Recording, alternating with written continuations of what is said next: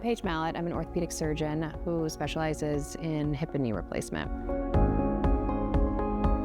Durango, this Southwest Colorado is my home. I grew up in Telluride, and so this is where my family is. It's just a great place to raise kids and live. Even before we had kids, we had a lot of fun here. We ski, we bike. We're big outdoors people. My husband and I, both of our kids will eventually be required to do that. They're a bit young now.